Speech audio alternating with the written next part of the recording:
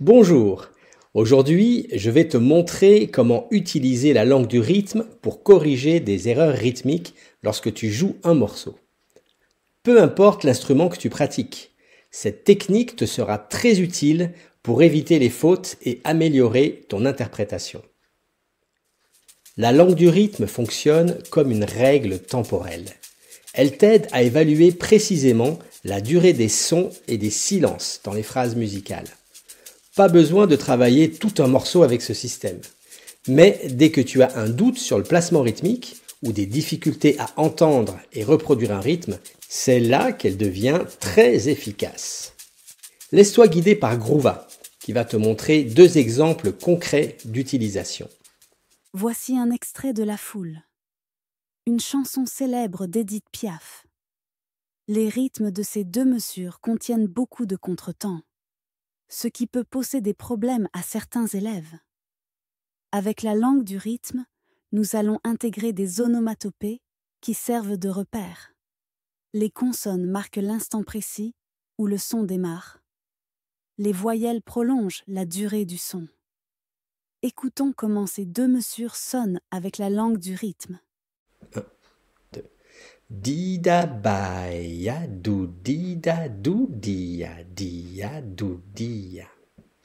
Maintenant, superposons les notes de musique à ces onomatopées pour obtenir un rythme parfait. 1, 2. Dida baya do dida do dia do dia. Grâce à cette approche, tu peux entendre le rythme clairement et le reproduire avec précision. Tant que tu te sens encore fragile, garde les onomatopées en tête. Une fois le rythme bien assimilé, tu n'en auras plus besoin.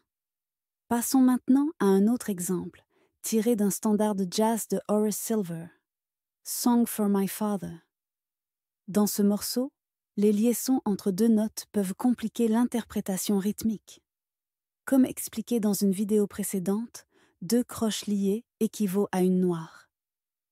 La petite astuce est donc de penser directement en noir. Avec la langue du rythme, voici comment cela s'écrit. Écoutons d'abord le résultat avec les onomatopées. Puis, jouons la mélodie seule. 1, 2. Dida do dia dida dia 1, 2.